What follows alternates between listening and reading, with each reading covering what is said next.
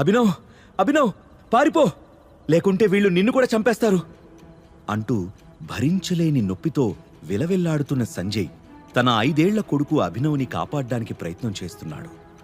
చీకటిగా ఉన్న ఒక ఇరుకు సందులో తన కొడుకు అభినవ్తో కలిసి దాక్కున్న సంజయ్ చేతికి బుల్లెట్ దిగడంతో రక్తం ధారగా కారుతోంది. మెయిన్ రోడ్డు మీద సంజయ్ కారు ఆగి ఉంది. అతని మీద కాల్పులు జరిపిన వ్యక్తులు ఆ కారు దగ్గర నిలబడి అతని కోసం వెతుకుతున్నారు. నిన్ను వదిలి ఎక్కడికి వెళ్ళన్నా అన్నా, నీతోనే ఉంటాను అంటూ తండ్రి పరిస్థితిని చూస్తున్న అభినవ్ గొంతులో భయం వినిపించింది. అభినవ్ని గుండెకు హత్తుకొని, మొండిగా ఉండకు టైగర్, నా జీవితం అయిపోయింది, కానీ నీకెంతో భవిష్యత్తుంది. నువ్వు సాధించాల్సింది, గెలవాల్సింది ఇంకా చాలా ఉంది. నువ్విక్కడి నుండి వెళ్ళాలి అంటూ కొడుకులో ధైర్యం నింపుతూ తన వేలికి ఉన్న బంగారు ఉంగరాన్ని అభినవ్ చేతిలో పెట్టాడు సంజయ్. ఆ ఉంగరంలో ఆకుపచ్చ రంగు రాయి పొదిగి ఉంది. అభినవ్ నుదుటి మీద ముద్దు పెట్టి తన గుండెను రాయి చేసుకున్న సంజయ్ రివాల్వర్ని బలంగా పట్టుకుని తన కోసం వెతుకుతున్న మనుషుల్ని ఎదుర్కోవడానికి ఇరుకు సందు నుంచి బయటకొచ్చాడు. కారు దగ్గరికి సంజయ్ రాగానే అతని కోసం వెతుకుతున్న ఒక వ్యక్తి ధన్ ధన్ అని ఫైరింగ్ చేశాడు. వరుసగా 3 బుల్లెట్లు సంజయ్ గుండెల్లో దిగబడ్డాయి. అంటూ సంజయ్ నోటి నుండి శబ్దం వచ్చింది. ఆ ఇరుకు సందులో దాక్కున్న అభినవ్ తండ్రి వైపు భయం భయంగా చూస్తున్నాడు. ఈ నీచుల్ని గుర్తు పెట్టుకో టైగర్ అని గట్టిగా అరిచిన సంజయ్ గాలికి కొట్టుకుంటున్న ఆకుల రెపరెపలాడుతూ నేల మీద పడిపోయాడు. నాన్నా అంటూ గట్టిగా అరిచిన అభినవ్ ఉలిక్కిపడి నిద్ర నుండి లేచాడు. అతని ఒళ్లంతా చెమటతో తడిసిపోయింది. అనూహ్యంగా గుండె దడదడమని కొట్టుకుంటుంది. 18 ఏళ్ల క్రితం జరిగిన ఆ దుర్ఘటన ప్రతిరోజు కల రూపంలో అతన్ని వెంటాడుతుంది. గుండె నిండా ఊపిరి పీల్చుకుని 2 చేతులతో గట్టిగా మొహాన్ని రుద్దుకున్నాడు. తండ్రి ఇచ్చిన ఉంగరం గరుకుగా అతని మొహాన్ని తాకింది. దానివైపు చూస్తూ బెడ్ మీద నుంచి లేచి వాష్రూంలోకి వెళ్ళిపోయాడు. హైదరాబాద్లో డెలివరీ బాయ్గా పనిచేస్తున్న అభినవ్కి తను చేస్తున్న పని మీద ఎలాంటి ఇష్టం లేదు. అనాథాశ్రమం నుంచి బయటకు వచ్చిన తర్వాత సర్వైవ్ అవ్వడానికి మాత్రమే అతని పని చేయాల్సొస్తుంది. బోరింగ్గా సాగుతున్న అభినవ్ లైఫ్లో జోష్ నింపుతుంది అతని గర్ల్ ఫ్రెండ్ వైభవి. ఇవాళ ఆమె పుట్టినరోజు అవడంతో ఆమెను తొందరగా కలుసుకోవాలని, హ్యాపీ బర్త్డే చెప్పాలని ఆరాటపడుతున్నాడు. డ్యూటీ పూర్తి చేసుకుని బేకరీ షాప్కి వెళ్లిన అభినవ్ గ్లాస్ షెల్ఫ్ నుంచి కనబడుతున్న చాక్లెట్ కేక్ని చూపిస్తూ, భయ్యా దీని కాస్ట్ ఎంత అంటూ షాప్ అతన్ని అడిగాడు. 600 అంటూ సమాధానం చెప్పాడు షాప్ అతను. అబ్బో అని మనసులో అనుకుంటూ, ఇదెంత భయ్యా అంటూ ఒక పేస్ట్రీ వైపు చూపించాడు అభినవ్. ఆ షాప్ అతను అభినవ్ వైపు ఒక లుక్ ఇచ్చి 60 అని చెప్పగానే, అయితే ఒకటి ప్యాక్ చేయబయ్యా అంటూ పేస్ట్రీ కొని వైభవి ఇంటి ముందు వాలిపోయాడు. ఎంతో ఉత్సాహంగా Vaibhavi room door bell press చేశాడు అభినవ్. 30 సెకండ్స్ తర్వాత డోర్ తెరిచింది Vaibhavi. Light pink colour designer dress, మెడలో సిల్వర్ కలర్లో మెరిసే నెక్లెస్, తల మీద చిన్న కిరీటంతో మిస్ ఇండియా ఫైనల్ రౌండ్ గెలిచిన బ్యూటీలా మెరిసిపోతుంది. కళ్ళు చిట్లిపోతాయేమో అన్నంత పెద్దవి చేసి చూస్తూ, నువ్వు నా వైభవివేనా అని ఆశ్చర్యంతో ఆమె అందాన్ని ఆస్వాదిస్తూ లోపలికి అడుగుపెట్టాడు అభినవ్. డోర్ దగ్గర అభినవ్ని చూడగానే, హే వైభవి, ఎవరితను అంటూ ఒక అమ్మాయి అయోమయంగా అడిగింది. డ్రెస్ చూస్తే తెలియడం లేదా? డెలివరీ బాయ్ పేస్ట్రీ తెచ్చినట్టున్నాడు. అయినా మనం ఆల్రెడీ కేక్ తెచ్చేసాం కదా అంటూ అభినవ్ చేతిలోని ప్యాకెట్ చూసి మరో అమ్మాయి కామెంట్ చేసింది. అతను డెలివరీ బాయే, కానీ మన వైభవి అతనితో డేట్ చేస్తుంది అని ఎగతాళిగా అనగానే అందరూ షాక్ అయ్యారు. వాట్? డెలివరీ బాయ్తో మన బార్బీ డాల్ డేటింగా? Are you mad Vaibhavi? నీ స్టాండర్డ్ ఇంతలా పడిపోయిందా? నీ టేస్ట్ ఇంత దిగజారిందా అంటూ అందరూ ఒకేసారి గోలగా టీజ్ చేయడం మొదలుపెట్టారు. అంతలోనే వెనక నుంచి హ్యాపీ బర్త్డే వైభవి అంటూ ఒక మగ గొంతు హస్కీగా వినపడంతో వెనక్కి తిరిగాడు అభినవ్. ఆ వచ్చిన అతని పేరు దేవా. అతని చేతిలోని పెద్ద గిఫ్ట్ ముందు అభినవ్ తెచ్చిన పేస్ట్రీ జుజూబీ. డబ్బు బలుపు, తల పొగరు బాగా ఉన్న దేవాకి మామూలు మనుషులు కంటికి కనిపించరు.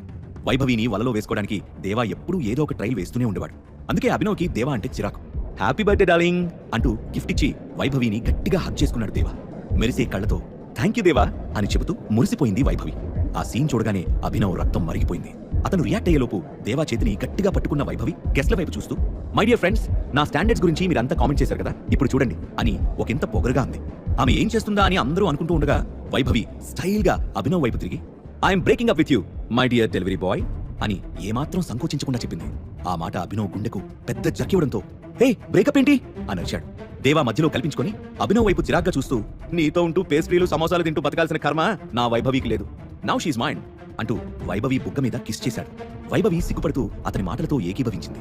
దాంతో అభినవ్ కంట్రోల్ తప్పిపోయాడు. చేతిలో ఉన్న పేస్ట్రీని నేల మీద విసిరి కొట్టి దేవా ముక్కు మీద బలంగా పంచిచ్చాడు. ఆ ఫోర్స్ కు కళ్ళు గిర్రను తిరిగిన దేవా వెనక్కి తూలిపోయాడు. ఆ తర్వాత వైభవి వైపు అసహ్యంగా చూస్తూ, తప్పు చేశావు వైభవి, ఇలా చేస్తావని అస్సలు అనుకోలేదు అంటూ పంటి బిగి ఉన్న బాధని ఆపుకుంటూ చెప్పి అక్కడి నుంచి వెళ్ళిపోయాడు. కొంత సమయం తర్వాత కళ్ళ నిండా నీళ్లతో చేతిలో ఫుల్ బాటిల్ మందుతో ఫుట్పాత్ మీద కూర్చొని డ్రింక్ చేయడం మొదలుపెట్టాడు అభినవ్. ఒక్కో గుటక గొంతులోకి జారుతూ ఉంటే వైభవి బుగ్గ మీద దేవా ముద్దు పెట్టుకున్న సంఘటనే కళ్ల ముందు కదులుతోంది. నమ్మక ద్రోహం చేశావు వైభవి అని కసిగా ఖాళీ బాటిల్ని నేలకి విసిరికొట్టి పైకి లేచాడు. కానీ అప్పటికే మత్తు తలకెక్కడంతో తూలి ఫుట్పాత్ మీద పడిపోయాడు. మరికొంత సమయం తర్వాత ఒక కారు వేగంగా దూసుకొచ్చింది. డ్రైవింగ్ సీట్లో ఉన్న సన్నీ స్టీరింగ్ మీద చేతులు బిగించిన తీరు చూస్తే అతను చాలా కోపంగా ఉన్నాడని తెలుస్తుంది. తాతయ్య దృష్టి నా మీద పడాలంటే అనన్యను సైడ్ చేయాలి. ఒకే ఒక ఐడియాతో అనన్యను నా రూట్ నుంచి క్లియర్ చేయాలి అని ఆలోచిస్తున్నాడు. స్పీడ్ బ్రేకర్ దగ్గర కారు స్లో చేసిన సన్నీకి ఫుట్పాత్ మీద పడి ఉన్న అభినవ్ కనిపించాడు. వెంటనే సడన్ బ్రేక్ కొట్టి కారు దిగి అభినవ్ని పైనుంచి కింద వరకు పరిశీలించి చూసి మనసులోనే నవ్వుకున్నాడు. తెల్లారిలోపు అనన్య గదిలో వీడుండాలి. ఈ బంపర్ ఆఫర్ మిస్ అయితే మళ్ళీ మనకు ఛాన్స్ దొరకదు అంటూ తన మనుషులకి ఆర్డర్ వేశాడు సన్నీ.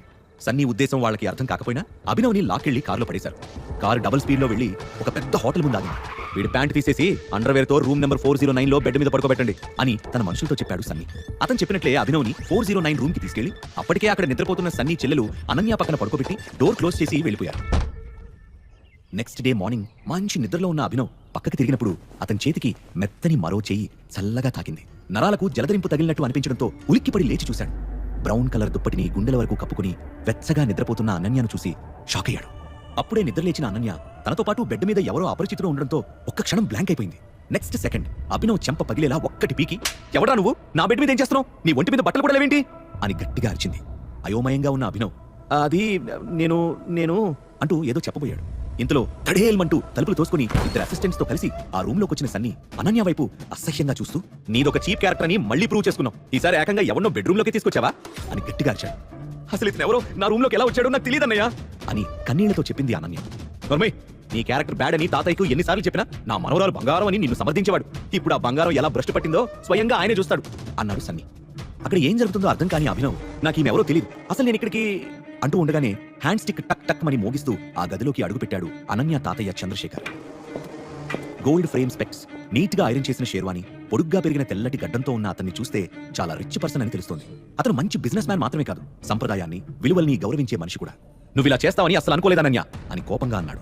తాతయ్య ప్లీజ్, నువ్వు అనుకుంటున్నది ఏది మా మధ్య జరగలేదు అంటూ ఏడ్చేసింది అనన్య. రెడ్ హ్యాండెడ్ గా దొరికిన తర్వాత కూడా నన్ను మభ్యపెట్టాలని చూడకనన్య.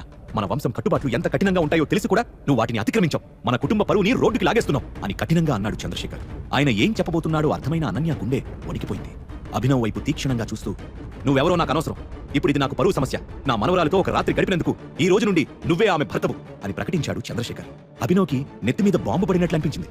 అసలు మా మధ్య ఏం జరగలేదని చెప్తుంటే మీకు అర్థం కాదా అని ఆందోళనగా అన్నాడు. హ్యాండ్ స్టిక్ తో బెడ్ పక్కనే ఉన్న అభినవ్ ప్యాంట్ పైకి లేపి చూపించిన చంద్రశేఖర్, ఇది చూశాక కూడా నీ మాటలు నమ్మమంటావా అంటూ తన వెనక ఉన్న మనుషులకు సైగ చేశాడు. వాళ్ళు అభినవ్ మీద విరుచుకుపడి అతన్ని ఇష్టం వచ్చినట్టు కొడుతున్నారు. కొంచెంసేపటి తర్వాత ఆపండి అంటూ తన మనుషుల్ని హెచ్చరించాడు చంద్రశేఖర్. అప్పటికే అభినవ్కి దెబ్బలు బాగానే తగిలాయి. అనన్య వైపు చూస్తూ, ఇతన్ని వెంటనే హాస్పిటల్కి తీసుకెళ్లి ట్రీట్మెంట్ ఇప్పించి సాయంత్రం అక్రమ్ గారిస్తున్న పార్టీకి ఇతన్ని కూడా తీసుకెళ్ళు అని ఆర్డర్ వేసి బయటకు వెళ్లిపోయాడు చంద్రశేఖర్. తాతయ్య మాటకి ఎదురు తిరిగే ధైర్యం అనన్యకి లేకపోవడంతో ఏం చేయాలో తోచట్లేదు ఆమెకు. ఆమె పరిస్థితిని గమనించి, మీరు నన్ను హాస్పిటల్కి తీసుకెళ్లాల్సిన అవసరం లేదు, నేనే వెళ్ళిపోతాను అని చెప్పిన అభినవ్ తన రూమ్ కి దగ్గరలో ఉన్న ఒక చిన్న క్లినిక్ లో ట్రీట్మెంట్ చేయించుకున్నాడు. చంద్రశేఖర్ చెప్పిన మాటలను మళ్లీ మళ్లీ గుర్తు చేసుకుంటూ, చంద్రశేఖర్కి అతని మనుషులు కొట్టిన దెబ్బలకు భయపడే పిరికివాణ్ణి కాదు నేను, కానీ పాపం అనన్య, ఆమె ఏదో సమస్యలో ఇరుక్కున్నట్లు అనిపిస్తుంది. నా వల్ల ఆమె ఇంకా సమస్యలో పడకూడదు. ఏదేమైనా అనన్యకి హెల్ప్ చేస్తాను అని మనసులోనే ఫిక్స్ అయిన అభినవ్ రూమ్కి వెళ్లి పార్టీకి వెళ్లడానికి రెడీ అయ్యాడు. మరికొంత సమయం గడిచాక తండ్రి గుర్తుగా దాచుకున్న పాత బ్లేజర్ ని వేసుకున్న అభినవ్ అనన్య ఇంటికి చేరుకున్నాడు. వాళ్ల ఖరీదైన విల్లా చూసి అనన్య సూపర్ రిచ్ అని అర్థం చేసుకున్నాడు. ద్వేషం నిండిన కళ్లతో బయటికి వచ్చి అతని వైపు అసహ్యంగా చూస్తూ కారులో కూర్చుంది అనన్య. అభినవ్ కూడా కూర్చోగానే కారు కదిలింది. పార్టీలో అందరూ పెద్దవాళ్లే ఉంటారు, వాళ్ళని ఎలా ఫేస్ చేయాలి అని ఆలోచిస్తూ టెన్షన్ గా తన వేలికి ఉన్న ఉంగరాన్ని బొటన వేలతో తిప్పుతున్నాడు అభినవ్.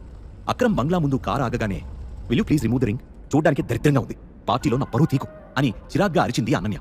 ఐఎమ్ సారీ, ఇది నా ప్రాణం, తీసే ప్రసక్తే లేదు అని సూటిగా సమాధానం చెప్పాడు అభినవ్. కోటలా పటిష్టంగా ఉన్న అక్రమ్ బంగ్లా ముందు గన్స్ తో కాపలా కాస్తున్నారు సెక్యూరిటీ గార్డ్స్. వాళ్ల వైపు చూస్తూ లోపలికి వెళ్లిన అభినవ్కి ముక్కు మీద పెద్ద బ్యాండేజ్ తో దేవా ఎదురయ్యాడు. అభినవ్ ఇచ్చిన పంచికి అతని ముక్కు పగిలింది. నిన్నెవరు లోపలికి రానిచ్చారు, సెక్యూరిటీ వాళ్ళు నిద్రపోతున్నారా అంటూ అరవడం మొదలుపెట్టాడు. అతన్ని అడ్డుకున్న అనన్య, మెల్లిగా మాట్లాడదేవా, అతను నా కాబోయే హస్బెండ్ అని సమాధానం చెప్పింది. వాట్, ఈ ఫుట్పాత్ గాడు తప్ప ఇంకెవ్వరూ దొరకలేదా అనన్య అని ఎగతాళి చేశాడు. మాటలు జాగ్రత్తగా రాని, నేను నీకిచ్చిన కోటింగ్ సరిపోలేదా అని దేవాకి వార్నింగ్ ఇచ్చాడు అభినవ్. నాకు వార్నింగ్ ఇచ్చే మగాడువా నువ్వు అంటూ అభినవ్ మీద తిరగబడ్డాడు దేవా.